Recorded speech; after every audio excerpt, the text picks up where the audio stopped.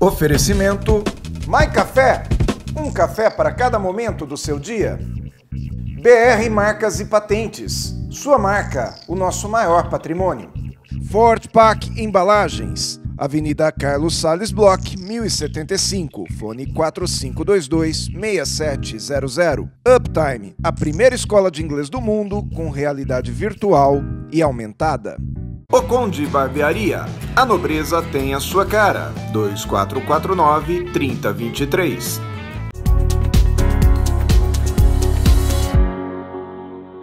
Café Corporativo, Canal 25, mais uma semana que nós estamos aqui com muita alegria, com muito sucesso, trazendo hoje, falando em sucesso, um cara que faz sucesso no Brasil inteiro, que é Ricardo Veríssimo, que veio lá do Maranhão para falar com a gente. Ricardo, obrigado por ter vindo, me sinto honrado por te receber aqui no Café Corporativo. Eu que agradeço a oportunidade, me sinto mais honrado ainda de estar aqui do seu lado, por tanto tempo que a gente se conhece aí, agora ter essa oportunidade de estar aqui.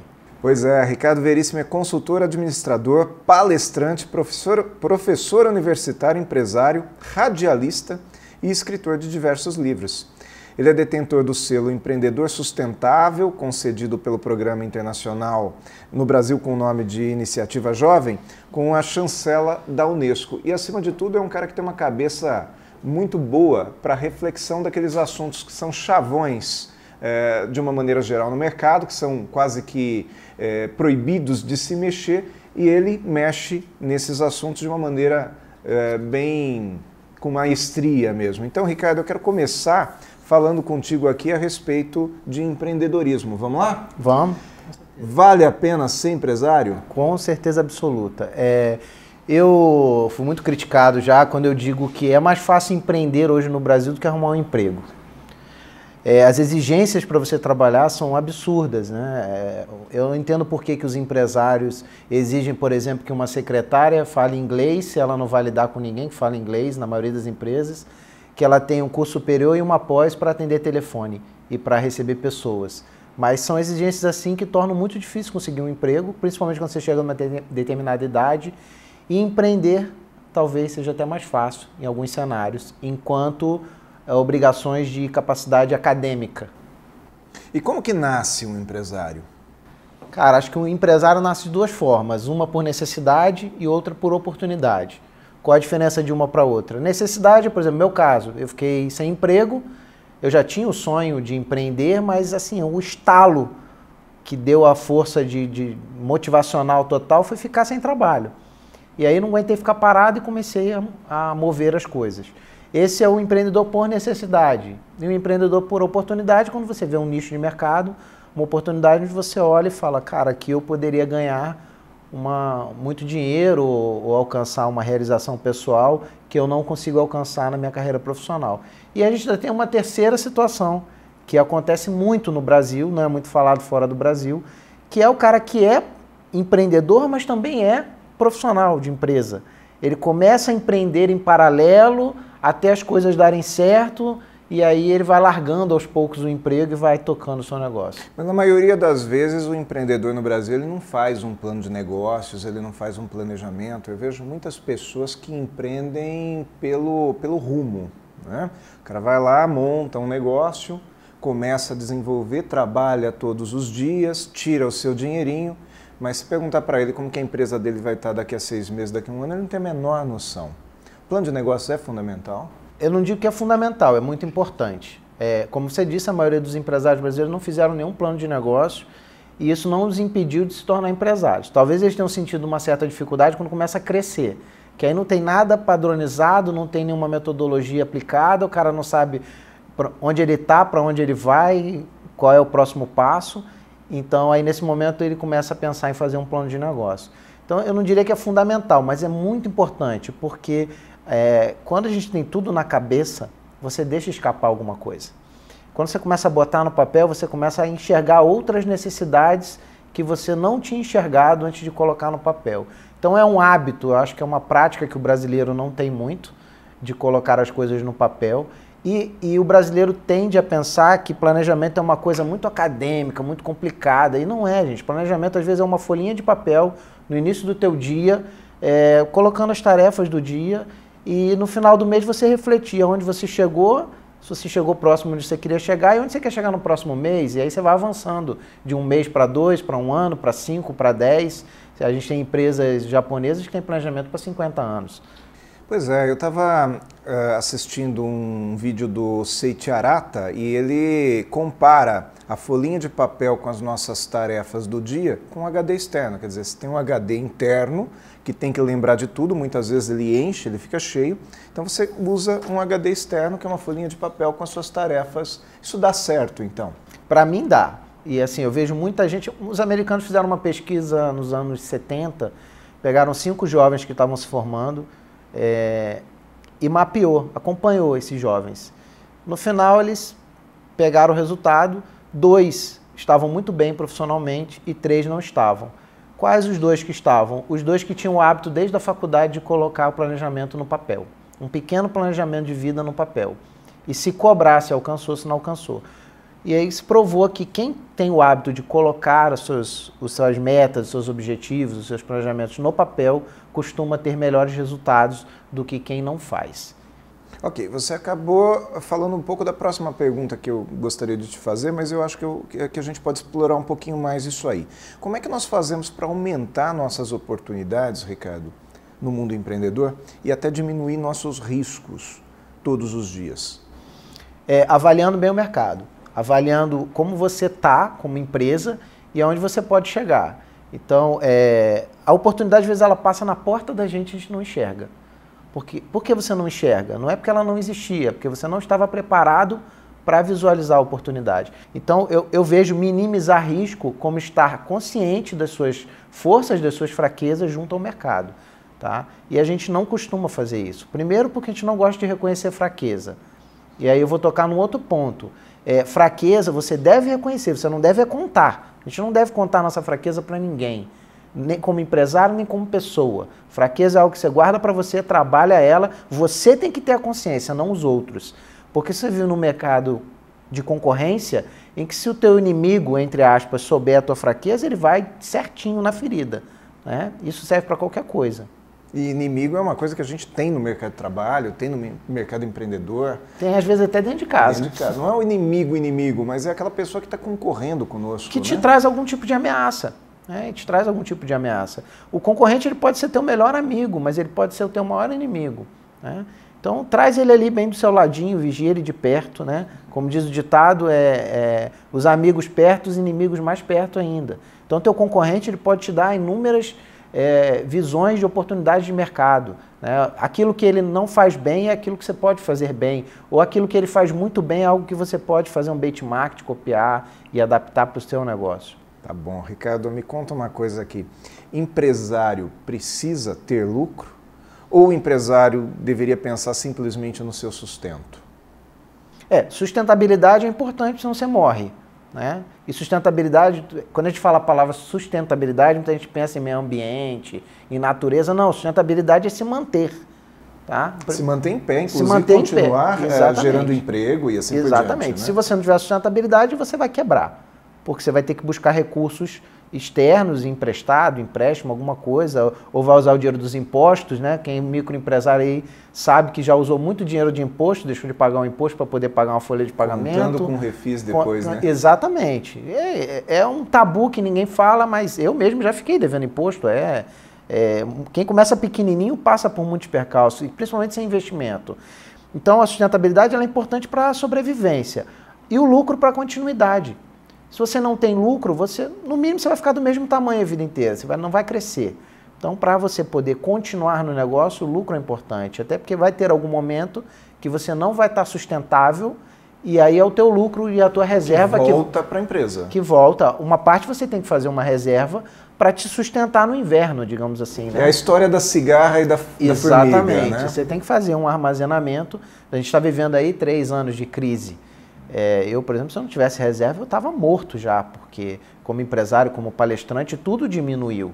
E aí o que te salva é aquilo que você acumulou no inverno para Para o inverno, né? Para o inverno, Pro né? inverno. Que você aproveitou. Do verão para o inverno. Ricardo, então nós vamos fazer um pequeno intervalo agora. A gente vai para o Café Expresso. Na volta nós vamos falar um pouquinho sobre intraempreendedorismo. Para quem não sabe, o Ricardo vai falar um pouco sobre essa palavra. Até daqui a pouco.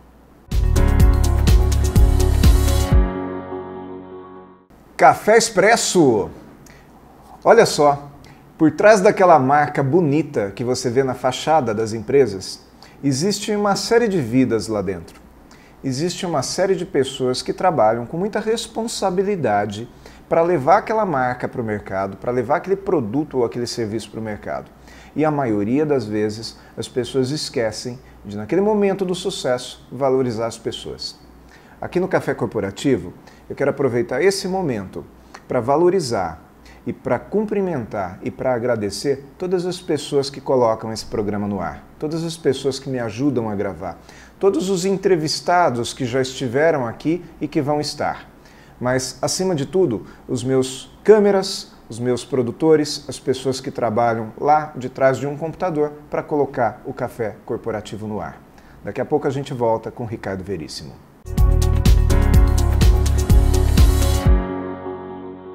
The Sun, Mars, Venus. Olá, senhor Felipe.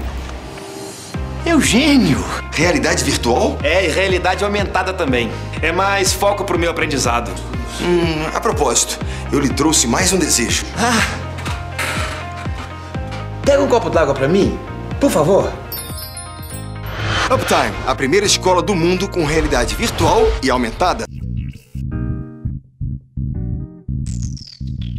Em modernas instalações e sob direção do Dr. Carlos Alberto Basso, nossa clínica preza por um atendimento humanizado e garante ambiente seguro, agradável e com fácil estacionamento. Tudo isso para atender a você e sua família com o que há de mais moderno em tecnologia vacinal. Instituto de Vacinas Jundiaí, Rua Barão de Tefé 405, Anhangabaú.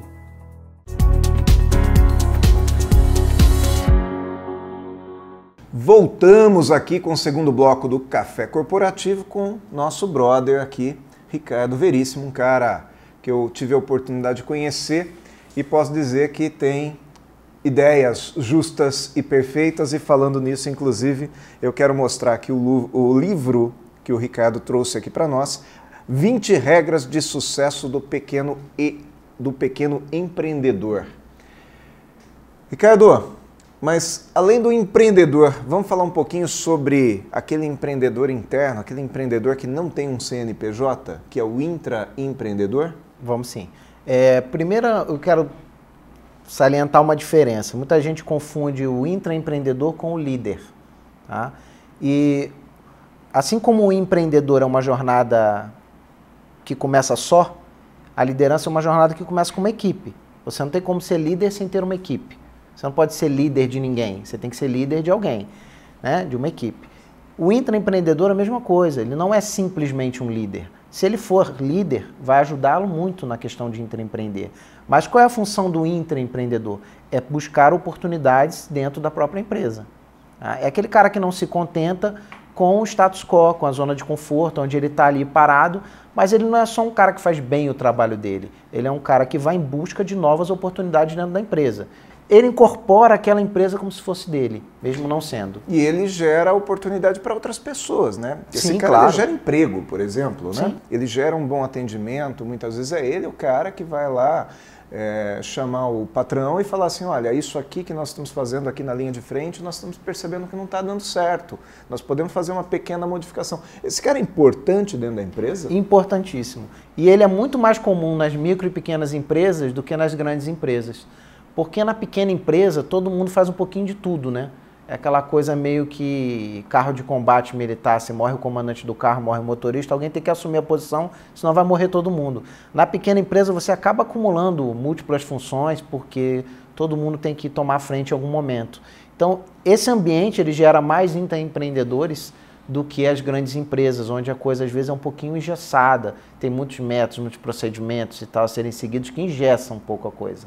E como que surge essa mentalidade do empreendedor? Seja ele empreendedor na empresa do outro ou a mentalidade do empreendedor que um dia lidou como empreendedor na empresa do outro e resolveu ter a sua. De onde surge isso? Com ensinamento? Surge na faculdade? Surge aonde? Eu particularmente acho que surge na educação familiar. Tá? Por quê? Agora que a gente tem educação empreendedora nas faculdades e nas escolas, vai começar a ser obrigatório ainda, com esse novo currículo acadêmico aí do ensino médio, né? Então eu acho que vem de casa. Eu, por exemplo, sou filho de português, então a questão comercial dentro de casa, de comércio e tal, era desde pequeno. Se você vai para fora do Brasil, todo jovem ele faz algum trabalho na feira de faculdade para ganhar uma grana extra, ele monta algum tipo de negócio, ele vende um suco, ele faz alguma coisa ligada a montar um negócio. E no Brasil a gente não tem essa cultura, não tinha essa cultura há 20 anos atrás. Há 10 anos atrás, quando eu ganhei meu selo empreendedor lá, eu falava empreendedorismo, mas as pessoas não sabiam o que significava a palavra. E estamos falando de 15 anos atrás. Então, há 25 anos atrás, não existia nenhum tipo dessa cultura. Era mais comum você aprender dentro de casa mesmo. Normalmente nós éramos educados a termos um bom emprego. Um bom emprego. Quer dizer, ser doutor. Ser doutor, ter um título, né? Então, meu filho estuda, que é para você ter um bom emprego, estuda... Ficar 20 anos na mesma empresa, 30 anos na mesma empresa, geração X. Mas a Y veio com essa mentalidade também, né? De estudar para poder trocar de emprego, para ser mais aceito, para ter um currículo bom. E poucos foram educados a criar oportunidades para ele e para o próximo, não é? Mas nessa pegada aí. Eu me lembro que eu vislumbrei o empreendedorismo aos 12 anos, eu fui vender picolé no trem, é uma história que tem nesse livro aí, eu fui vender picolé no trem, e aí eu vi que em 2 dias, trabalhando metade do dia, eu tinha feito quase um salário mínimo. Eu falei, cara, por que eu vou trabalhar para alguém para ganhar um salário mínimo, se em 2 dias, eu sendo o dono da cadeia produtiva, claro que eu não entendia com 12 anos o que era cadeia produtiva, o que era... Mas porque na minha cabecinha lá de menino era, se eu for trabalhar para alguém, eu vou ganhar um salário mínimo. E eu trabalhando para mim, eu ganho 1 em 2 dias. Como essa matemática aí não fecha. E eu não era nem dos melhores alunos, eu era aluno cobra, né? Como diz o Beto Chaves, amigo meu, aluno cobra é aquele que passa sempre rastejando, né? Então eu não era um bom aluno, mas eu tive essa visão. Então, talvez pela minha educação dentro de uma família ligada ao comércio. Mas é interessante porque nem sempre o melhor aluno do colégio, nem sempre o melhor aluno da faculdade é o cara que vai dar certo na vida, né? A gente vê tanta gente que era aluno cobra, como você está dizendo, e posteriormente a pessoa vence na vida, cria novas oportunidades, tem uma mentalidade desbravadora. Você concorda com isso ou eu estou errado? Eu concordo muito. Na palestra eu falo que, inclusive, os bagunceiros, em sua maioria, são os que vencem mais. Por quê? Inclusive, vai de encontro com esse livro e as pessoas me falam, Ricardo, não tem regra de sucesso. Eu falei, não, cara, vocês estão confundindo regra com receita. O que não tem é receita de sucesso, não tem uma receita de bolo. Regra não, regra foi feita para ser quebrada. Por que os bagunceiros se dão bem no mercado de trabalho, no meio empresarial? Porque eles quebram as regras, eles quebram o que se espera da gente. Não confundam quebrar regras com ferir leis. Ferir lei é crime. Estou falando de quebrar regra. Aquilo que se espera da gente, que você acorde de manhã, pegue um ônibus, trabalhe, pegue um ônibus, estude e volte, e você não conteste as coisas da vida, e que você aceite o status quo que a vida te entrega, o sistema quer que nós sejamos assim. É vidinha mais ou menos, é pegar um ônibus, chegar tarde em casa, alguns a estudam, aí dorme cansado e volta para trabalhar, no final do mês ganha um salário que vai embora no outro dia seguinte e continua nessa vida e não contesta nada e não tenta mudar nada. Então, os que vencem são os que quebram regra desde o tempo da escola, os que contestam esse status quo e esse sistema que te leva a ser essa vida proletariada aí que não sai disso. Até porque a mudança assusta, né? E eu vejo que muitos educadores, e quando eu falo educador não é só o professor, o educador de uma maneira geral, ele não quer, dá mais trabalho um aluno bagunceiro, né? Sim. O aluno quietinho é aquele que, poxa, eu ensino a matéria na lousa, ele copia tudo, tira nota na prova, não me dá trabalho, eu posso passar meu índice. Então, talvez esse seja o aluno ideal para qualquer professor, mas não para a vida, né? Para a vida nós precisamos de pessoas que façam novo. Porque aquele cara que faz tudo aquilo que já existe, ele vai ser mais um cara que já existe. Eu acredito que em algum momento você foi um cara que não existia, né?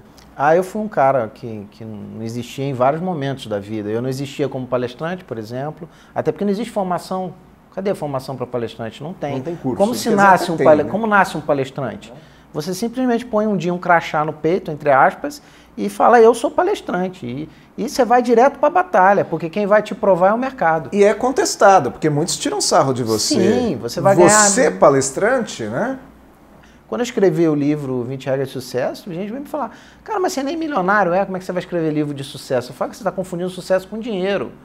Sucesso não está diretamente ligado a dinheiro, tá? Você pode ser muito rico e ser um fracassado total, né? Você só tem dinheiro, você não tem mais nada.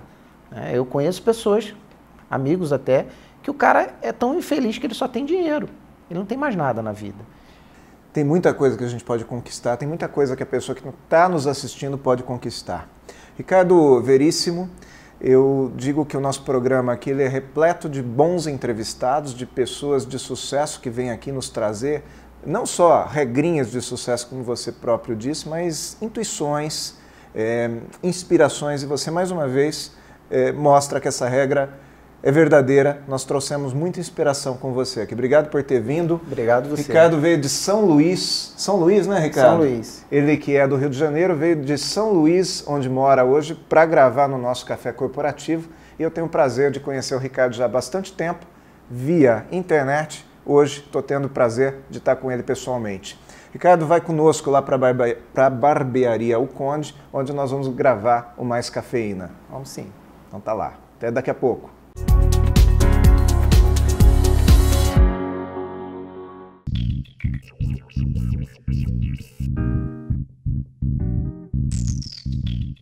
Se você curte o conteúdo do Café Corporativo, se você gosta dos nossos assuntos, imagine que você pode levar tudo isso para sua empresa em forma de palestras. atendimento@cafecorporativo.com.br. Faça um contato conosco e nós iremos até você.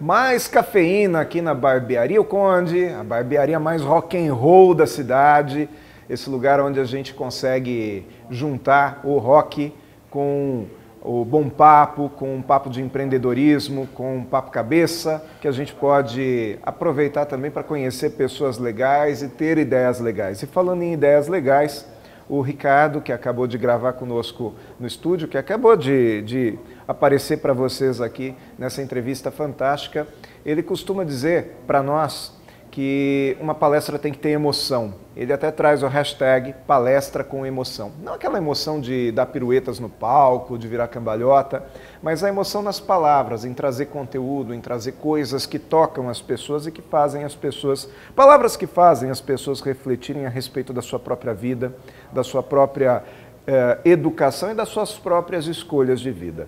E eu gostaria de aproveitar e colaborar com essa missão que o Ricardo traz na vida dele, né?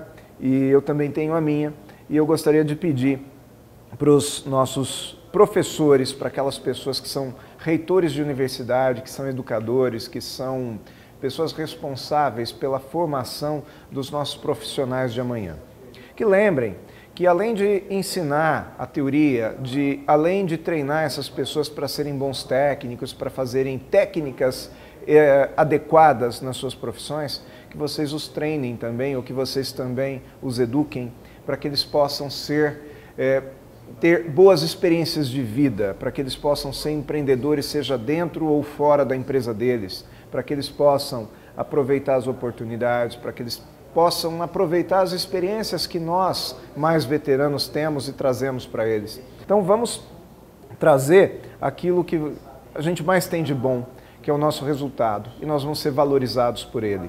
Então, professor, ensine o seu aluno com a sua experiência de vida, conte seus cases de sucesso, conte cases que você viu, traga seus alunos que têm sucesso para falar para os alunos novos. Vamos aproveitar essa massa cinzenta que a gente tem dentro da cabeça, que hoje parece que as pessoas têm um pouco de preguiça de usar. Não vamos deixar isso acontecer, não. Vamos elaborar, vamos trabalhar. Vamos trazer novas ideias. Esse é o Mais Cafeína, esse foi o Café Corporativo e eu quero fazer um pedido para você que está aqui me ouvindo. Curta a nossa página no Facebook, que é facebook.com.br/Café Corporativo. Nos procure no YouTube, inscreva-se na nossa página do YouTube para você receber esses vídeos, tão logo eles entrem no ar. E mande um e-mail para a gente também com as suas ideias, com o seu pensamento. aguinaldo@cafécorporativo.com.br. E até a semana que vem, quando a gente volta aqui.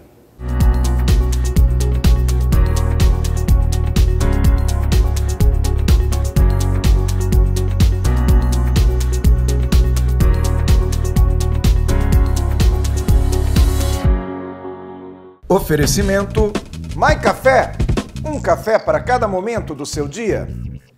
BR Marcas e Patentes, sua marca, o nosso maior patrimônio. Ford Pack Embalagens, Avenida Carlos Salles Bloch, 1075, fone 4522-6700. Uptime, a primeira escola de inglês do mundo com realidade virtual e aumentada. O Conde Barbearia, a nobreza tem a sua cara. 2449-3023.